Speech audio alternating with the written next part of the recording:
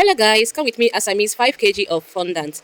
Like I told you people earlier, I have job at hand and this is one of it. So I'll be taking you along on how I miss my fondant. So quickly, I will measure in my water into my bowl. This is 1/4 cup of water and I'm making use of 2 cups of 1/4 cup.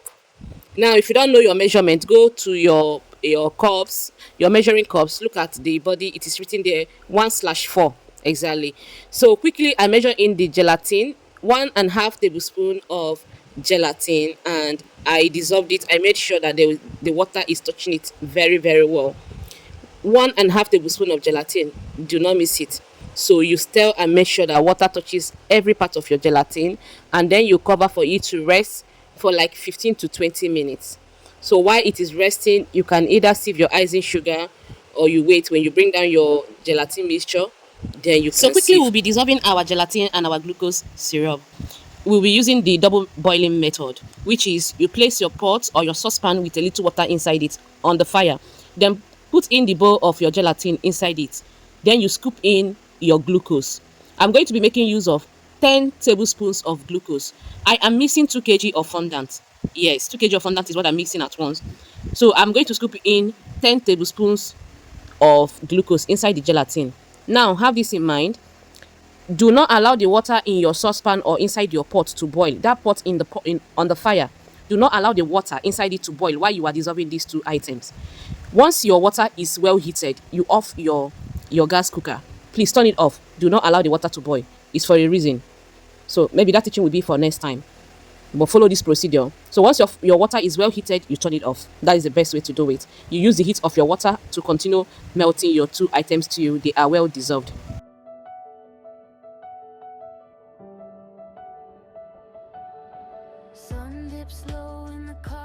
I just want to show you what it looks like when it is not ready, so that you know when your two mixtures is ready. For now, it is still very thick. I'm not showing it to you how it looks. It is not ready yet, so we still need to dissolve more.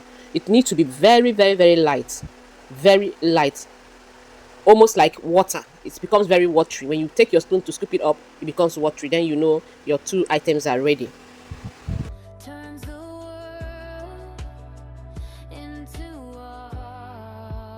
So now our mixture is ready. You can see how light and very watery it is. So it's ready to be used now. So the next thing is for us to keep it a little while for you to cool off. Remember, it shouldn't be too hot and it should not be too cold. If you want to know when it is ready for you to pour in into your icing sugar, dip in one finger. Once your finger can retain the heat that it brings, like your finger can retain the hotness, then know it is ready for you to pour in into your icing sugar. But once you dip in your finger and it is too hot for you to place your finger in, or to leave your finger inside it, then it is not ready yet. It's still too hot. When you touch it and it is very calm and very cold, it is not ready. It is not okay. You have to preheat it a little while before you still use it again. So don't let it to be too cold and don't use it while it is still hot. Very important here. Very important. Okay.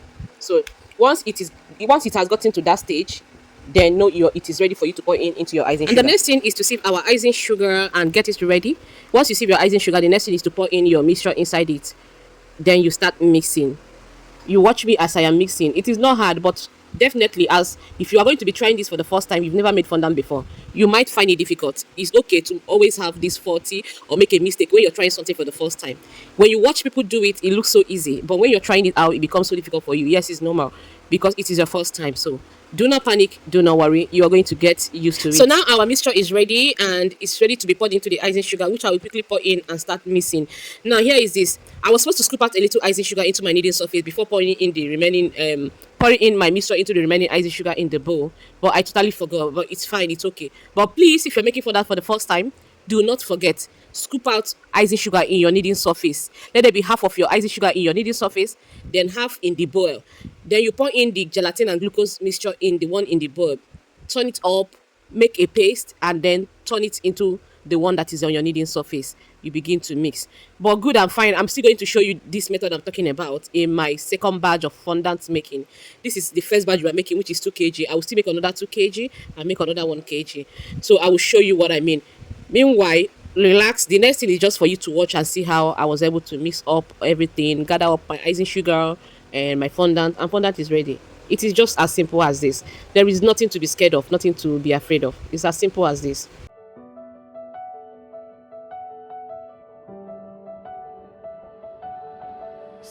lips low in the cotton sky. Colors spill like a lullaby. Feet on the ground, but my heart takes flight. Chasing the day into the night. Every shadow, every spark turns the world into art. It's the golden hour glow, where the time moves slow.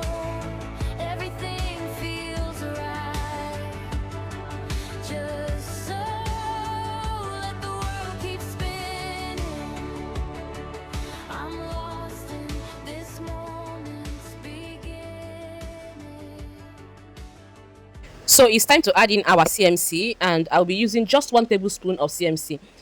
This is what I need for this particular time, this moment I am making this fondant. This is a fondant I'll be using on Thursday, and this is Sunday night.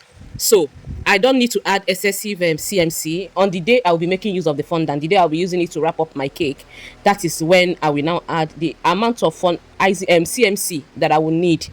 Yes. So I just need 1 tablespoon of it in my fondant for now, and nothing more than that 1 tablespoon. Remember, what we made was 2 kg of fondant. Now, there is this thing I always say, and I'll keep saying it. In fondant making, there is no actual measurement for icing sugar and CMC. I can tell you that for free. And that is a very big tip I am giving to you.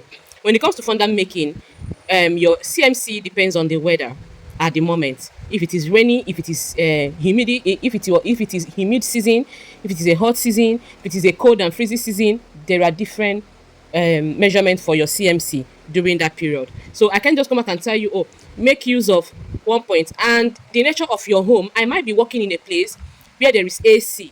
Believe me, the measurement of my CMC will be different.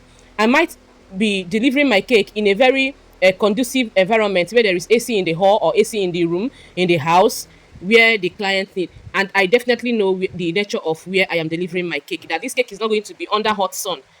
So the measurement for CMC I'll be using will be totally different. So you see, but we will get to that maybe in some other video teaching. Okay, so but for now, this is your base, this is your foundation.